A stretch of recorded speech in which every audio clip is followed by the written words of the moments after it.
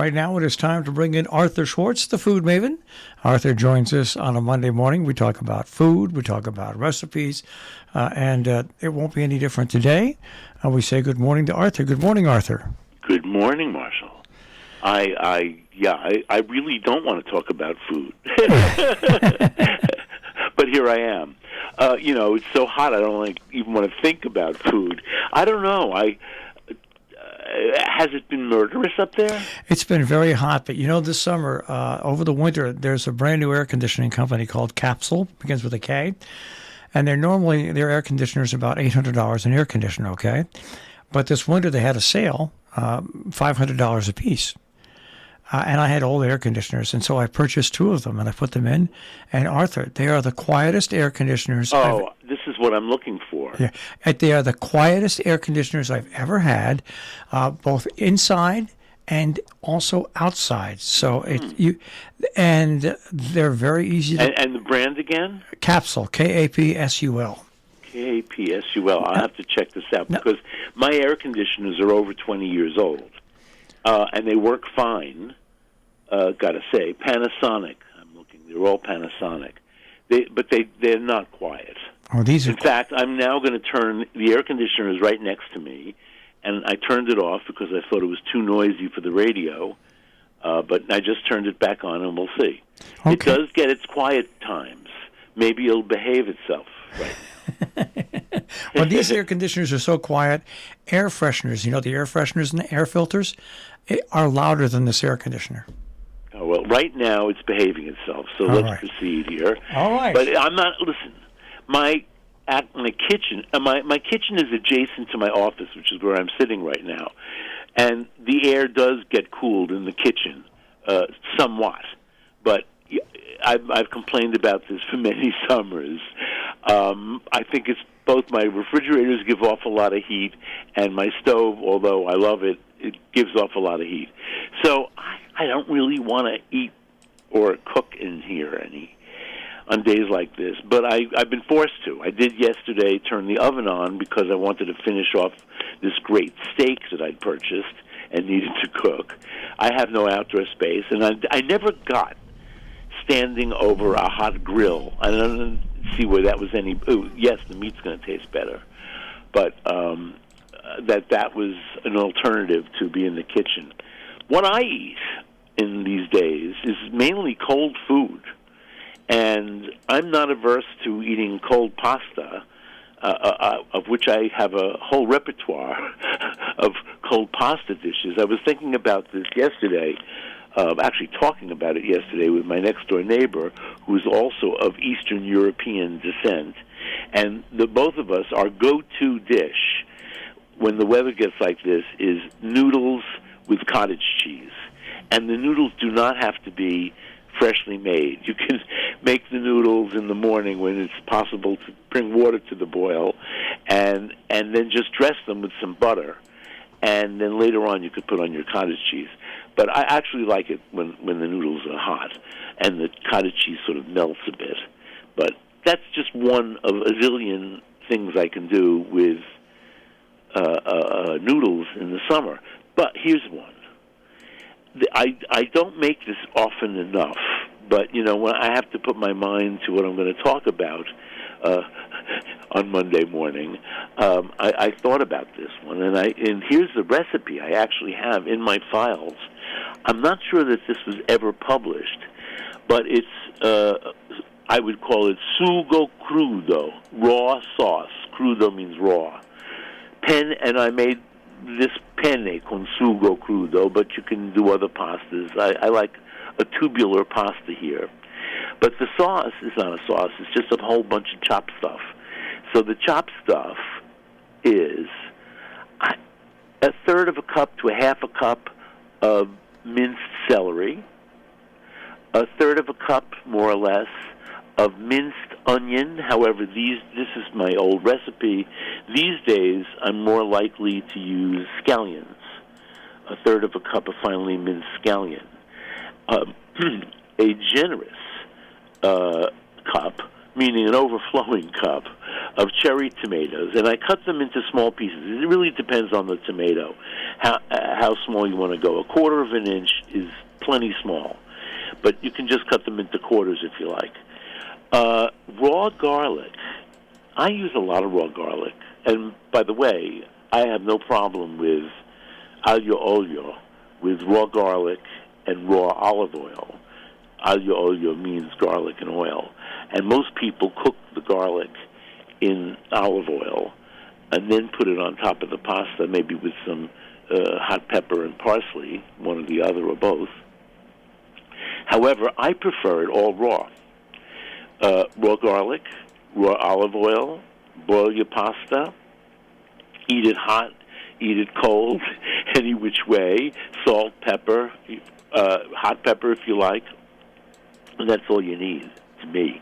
If you really need a protein to go with that, you could toss in a can of tuna fish. So, anyway, back to my crudaiola. I call it crudaiola, which in Italy could mean a lot of different things. This is a particular recipe that I got from a chef who served it to me in his restaurant in Alberobello, which is a big tourist mecca in Puglia. I say tourist mecca because it's very picturesque. It's got all these what are called trulli, these conical roofed buildings, but in Alberobello there's a very, very large, let's call it community of them, and many, many of them are shops selling very wonderful handcrafted things and touristy things. Anyway, back to my crudaiola. A large clove of garlic, finely minced, chopped any which way you like. And you have to have something fresh, like an herb. And, a nice cup of fresh basil leaves, shredded, is perfect. If you don't have access to basil this time of the year, we all have access to basil. Mint is good. Mint is very good. Parsley is good. You can mix the two together. You need some salt. Now, either hot red pepper flakes or freshly ground black pepper, and a substantial amount of olive oil. So after you put all these things in a bowl, now, of course, cooking is chopping, and slicing. So this is cooking, just no heat applied. And then you pour over at least a third of a cup, maybe a half a cup of your best olive oil, because this is not going to get cooked. You're really going to taste the oil. And if you like, you can put in some cheese, diced mozzarella, diced. Now, by the way, this is I learned about this as soon as I got on the radio. That's 30 years ago. A woman called and told me that her father refused to call the mozzarella. In those days, the only mozzarella you could get was wrapped in plastic. Polio, I guess, was the main brand. And it was wrapped in plastic, and it was like a rubber ball. So she said, my father refused to call that mozzarella. He referred to it as scamorza. Well, the fact is, scamorza is a drier, slightly older cheese than mozzarella, meaning you make it exactly the same way, but allow for less moisture, and then, it could be aged even a little bit. It could be smoked. And that's what you buy in the supermarket wrapped in plastic. These days, we can buy much better mozzarella than that. But if you think about it as scamorza, it may not be good mozzarella, but it's very good scamorza. So if that's all that you have access to, it's fine. Just cut it into little cubes so it sort of gets a little bit melty. But that's if you're eating this hot. I don't eat this hot. I would put this in it's like a salad, It's like a spaghetti salad, you could say. And I do like the celery in here. And these days, I tend to put in more celery. And as I said, instead of onion, even red onion, I use scallions. But any which way, it's not important. Other things, I always think, it's interesting. I go back to my Eastern European culinary roots when the weather gets like this. I don't know why. I don't think I have to cook my grandmother's soups necessarily in the middle of the winter. I make other soups. But this time, I said the go-to is noodles with pot cheese or cottage cheese. But another thing I like to eat a lot these days is, this is one of my few Asian dishes, is cold noodles with, I don't know, you could call it sesame sauce, but in truth, it's really peanut butter sauce. And it's also one of those things that, I wrote a book called What to Cook When You Think There's Nothing in the House to Eat. This is one of those things that almost everybody can make. If you do even the slightest bit of Asian cooking, you will have some of these ingredients in your pantry. So this is enough, by the way. This is enough sauce. Oh, let me say, do we remember back to the late 1960s? The immigration laws changed, and suddenly we were chefs from the mainland of China, we then called Red China, were able to come to the U.S., and whereas the food of New York's Chinatown, and I suppose all Chinatowns at that point, including San Francisco, was mainly Cantonese-style food, of course influenced by the fact that they were here in the U.S. with more abundance than it was in China. Just briefly to say how things change.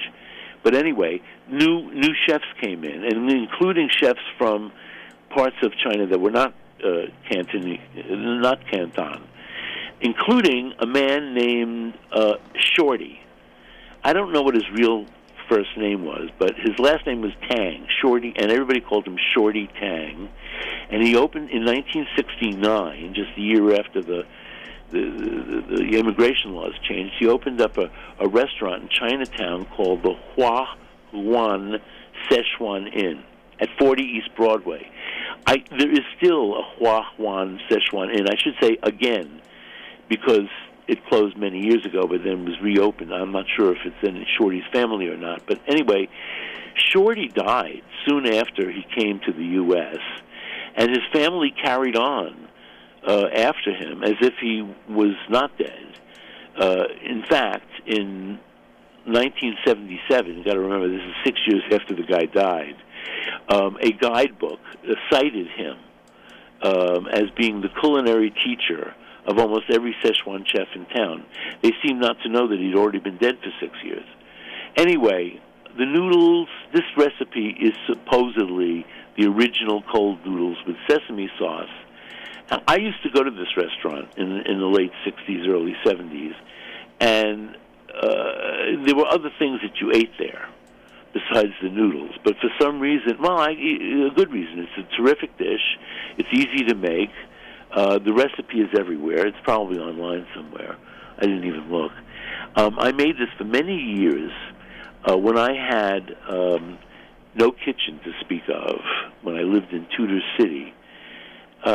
And I used to make this and then serve it with a lot of salad-type ingredients, plus a protein, maybe a rotisserie chicken shredded up or cut up, or shrimp was always a good one. Anyway, I sort of did it a make-your-own noodle dish with several different possible toppings. But here's the sauce. It's real. By the way, so you make your noodles, and these days I have no problem at all using Italian spaghetti or linguine. If you have access to fresh Chinese egg noodles, that's probably better, but really no need to go out of your way for them. So you boil up your pasta, a pound of noodles, of linguine or spaghetti, and as soon as they come out, you can rinse them because this is going to be a salad, but I just toss it with a tablespoon of vegetable oil, and that prevents it all from sticking together. And then I make the sauce, more or less a half a cup of peanut butter. Now, in the old days, it was easy to get Chinese sesame paste, and I guess if you can find it, buy it. But I use peanut butter these days, and I use not a natural peanut butter. I mean, natural, but not one of these that separates, because I'm tired of stirring peanut butter in the morning. So I buy, I don't know, a major brand, creamy style. It could be crunchy, but I like creamy. And this is the base of your sauce. To make it taste like sesame, add sesame oil. So I stir into the peanut butter about a half a cup or more. You maybe want to add a little more later, of warm water, about 6 tablespoons of soy sauce. You want to use light soy sauce? Great. 2 tablespoons, more or less, of vinegar. I use rice wine vinegar because I always have some in the house, but apple cider vinegar does extremely well. If pressed, I would use plain old white distilled vinegar. I said 2 tablespoons of sesame oil. That's to give it the sesame flavor. But peanut butter and sesame is pretty close. And then you want to spice it up. Now, this is up to you. I use about more or less a half a teaspoon of cayenne pepper.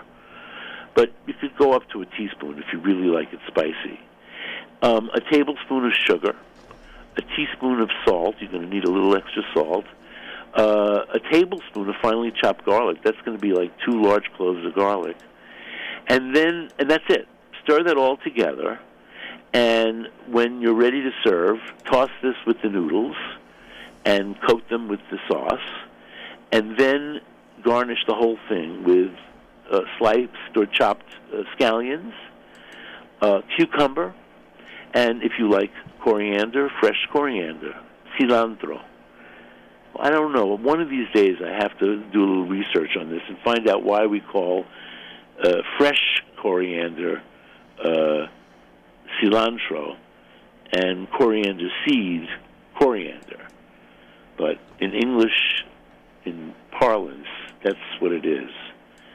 Do you have any idea, Marshall? None. I have no idea. Yeah. I mean, and by the way, when I was young, there was no such thing as cilantro because New York had yet to become a Hispanic city. We called it Chinese parsley. So there you go. That was the main use of fresh coriander in those days. We're talking late 60s, early 70s. The main use was in Chinese cooking. So anyway, this is a delicious sauce. You can use it for other things. I mean, things other than noodles. Vegetables. It's a good dipping sauce for cold vegetables. Just like, you could make it into a salad with the noodles, you can make it into a salad without the noodles. Now, another possibility, I'm just full of cold noodle ideas because it's the only thing that appeals for me to eat. Bob always says, what do you want to cook today? No, the question I ask myself is, what do I want to eat today? Because I got to cook it. I haven't been to a restaurant in quite a while. So, one more thing. I did do this actually the other day. I made a very large quantity. It's interesting. The first thing, I know what's in season now by my Facebook posts. I always say the only misinformation I get on the internet is a pan size and baking temperature, because most of my stuff is about food. A lot of my food friends have gardens. So I had a laugh because about 3-4 people one day last week posted that, finally we got a cucumber. Now they're going to come so fast we won't know what to do with them. Well, I'll tell you what to do with them. You mix them with yogurt and garlic and mint. And if you don't have fresh mint, I use dry mint, and I actually like it better. Dill is a good one, too. So now I think I did this a few weeks ago because when I made what I call tzatziki, in Turkish tzatziki, it depends on where you are, but how you pronounce it. But it's basically the same. Grated cucumbers. I like to grate them. Excuse me. Mixed with yogurt. I prefer regular whole milk yogurt, but if you are a fan of strained yogurt, that works great too. Strained yogurt is Greek yogurt, now sold by other names. In the old days, we had to strain our own yogurt, which I did. Labne is another name for a strained yogurt. And I grate my garlic these days on the microplane. I think that's the best use of a microplane, is for grating garlic. So 1 large clove of garlic for 1 cup of yogurt, and I would say 2 cucumbers. This is going to make it thick, tzatziki. I grate I peel the cucumbers and I seed the cucumbers. I don't salt the cucumbers. I grate them on the coarse side of my box grater. I have a very good box grater that works very well. I mean, it's very sharp. And I mentioned this last time I talked about it. It's once you've seeded the cucumber, it's not so easy to hold onto the grater. You may have to squish it a bit, but that's okay. You know, it doesn't matter, because in the end, what I want you to do is, before you add the yogurt, squeeze out moisture from the cucumber. And this way, it doesn't thin out the yogurt as it sits there with a little salt. And by the way, if you use Greek yogurt, you don't have to worry about this so much. But I use plain yogurt, you know, real regular yogurt, and that yogurt can get thin. So that's it. Salt, pepper, and whatever herb you can put in. I always have dried mint, and it works extremely well with this. And that, tossed with some wide egg noodles. They can be cold, or you can toss them and then let it sit even. As somebody who, as a kid, loved going to my next-door neighbors because she always had cold spaghetti in the refrigerator, and she knew I loved it. I have no trouble eating noodles that have been tossed with whatever and eaten cold. I could even do it with tomato sauce. But when I do it with tomato sauce these days, I put on a lot of hot pepper. But leftover spaghetti the next day, out of the fridge, There's nothing better with a lot of hot pepper than a spaghetti sandwich the next day it's cold. It's so bad for you, but there's nothing better, especially if somebody knows how to make the sauce and they don't dress it the wrong way. Spaghetti sandwiches are outstanding. I've never had a spaghetti sandwich. Oh, my God, you're missing out. Just plain old spaghetti with meat tomato sauce. With marinara, or meat. Doesn't matter. You put it on 2 slices of bread, and you're in heaven. Especially if you have some crusty Italian bread. Oh my God! Well, you know, if I have good Italian bread, it doesn't need much enhancement, and I have really good butter, so that would be more than I need. I don't know. Fortunately, I have very little appetite in this weather, so my cravings reduce. On the other hand, I wouldn't mind an ice cream. I did have a soft serve ice cream for breakfast a few days ago, and then I decided I better quit while I'm ahead here. One a week is enough. But no, I love ice cream. It's my downfall, and this is ice cream weather. And plus, 2 new ice cream parlors have opened in Park Slope, and I haven't tried either yet. Or here, the new French restaurant, Le Gamin, they opened up an ice cream parlor. Oh. With the French ice cream. Oh. Yes. It's a hit. It's a huge hit. Did I mention this last week, because this got stuck in my brain? Strawberries Romanoff. What made me think of it just now is what I in the old days, what I used to do is I used to melt French vanilla ice cream. So it actually became a custard sauce. And then fold whipped cream into that with a little Grand Marnier, wouldn't hurt. And then that goes on strawberries. Sounds good. That's a hot weather thing. Melt your ice cream. I watch all these food things. They got a new thing out called an ice cream maker. You take like a can of fruit and you freeze it, put it in your freezer, and you put this in there. And it doesn't make ice cream. You don't make ice cream that way. No, well, let me just say that's as old as the hills. Right. As old as the hills. Excuse me. but who needs a machine to do it? Yeah. You just throw it in the blender. Yeah. I don't know. Listen, I have had a week of technological mishaps, let's call them, starting with a whole new internet system in my house. Took a whole week until yesterday afternoon. Not a whole week, but 5 days anyway, to get everything running. Technology. I learned in the process of this that all my hardware was obsolete. It's so obsolete that the next generation, that Verizon is giving away the next generation of hardware because it's obsolete.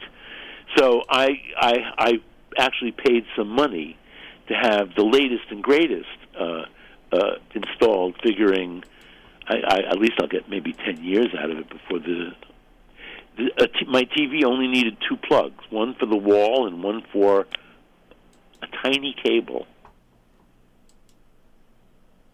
Yeah. You're technological, so you don't get it with guys like me who can't master this. Well, no, I'll be honest with you. When anything's upgraded by these companies, even technological people like me that deal with it have to spend more time on it than is worth. I mean, I think, let me just say this to my final negative note, is that Verizon, who is my provider, is that what you call them? Yeah. I get my internet, my phone, my everything from them, is impossible to deal with. That to get anybody on the phone could take days. And then when you finally get somebody on the phone and you tell them what your problem is, they don't believe you. So they have to start all over again. I had this for 3 weeks. So finally I did find somebody who knew what he was talking about and who sent and said, "Oh, I know what the problem is. All your hardware is obsolete." There you go. There you go. Okay. All right. So anyway, it has nothing to do with cold noodles. Well, I tell you what, I think you've given a lot of people a lot of things to work about. Well, let me just say one little thing here about cold noodles. It's better to use oil on cold noodles than butter, because butter solidifies on cold noodles. It's not that pleasant. Yeah. You want olive oil, avocado oil, sesame oil, some kind of oil. And, I mean, if you're doing Italian food, no problem, olive oil. If you're doing Asian food, the peanut butter and the sesame, for instance, have a lot of oil. And you can just dress. Oh, by the way, you can. For me, I could just dress some cold noodles with sesame oil and salt and pepper, and I am really happy. Yeah, my mother taught me to dress them with some olive oil, and a little bit of garlic salt, because she liked garlic. And I'm not a garlic salt fan. Well, it's nice when you don't want to spend the time crushing it up and mixing it in. Well, I like to do that. I know. Well, of course you would, because you know what you're doing. No, it's easy, and it's fresh. It tastes different. It does taste different. I told you, there was a pizzeria around the corner from me in Manhattan on 2nd Avenue that used to use garlic powder, and the ventilation was out onto the street, so I had to cross the street to go by this pizzeria because I couldn't take the smell from them. I don't like garlic powder, but I'll use a garlic salt. Garlic, I think it's the same. I don't know. No, it's not. One's mixed with salt. Yeah. I don't know. Granulated garlic. I see this as an ingredient. By the way, if you watch which I do, the barbecue channel or whatever it is, all those barbecue shows, yeah. Which I enjoy, except for the fact that a lot of these guys just mix up a lot of supermarket spices. I used to call that fraternity house cooking. You know, my friends in the fraternity would just go into the pantry and take out 6 different spices and put it on one steak. So that's, anyway. They use a lot of garlic and onion powder. Right. And I see even some respectable and people I respect, food writers, using garlic powder as an ingredient. All right. All right. Well, stay cool. It's the 1950s all over again. Yeah. Stay cool. Yeah, well, I'm trying. All right. The air conditioner didn't act up the whole time. No, not at all. Not at all. Good boy. Okay, Arthur, I'll speak to you next week. Bye. Arthur Schwartz, the Food Maven, here on Robin Hood Radio. Underwriting support for Arthur Schwartz, the Food Maven, Hillsdale Home Chef. More information, 518-325-7000, hgshomechef.com.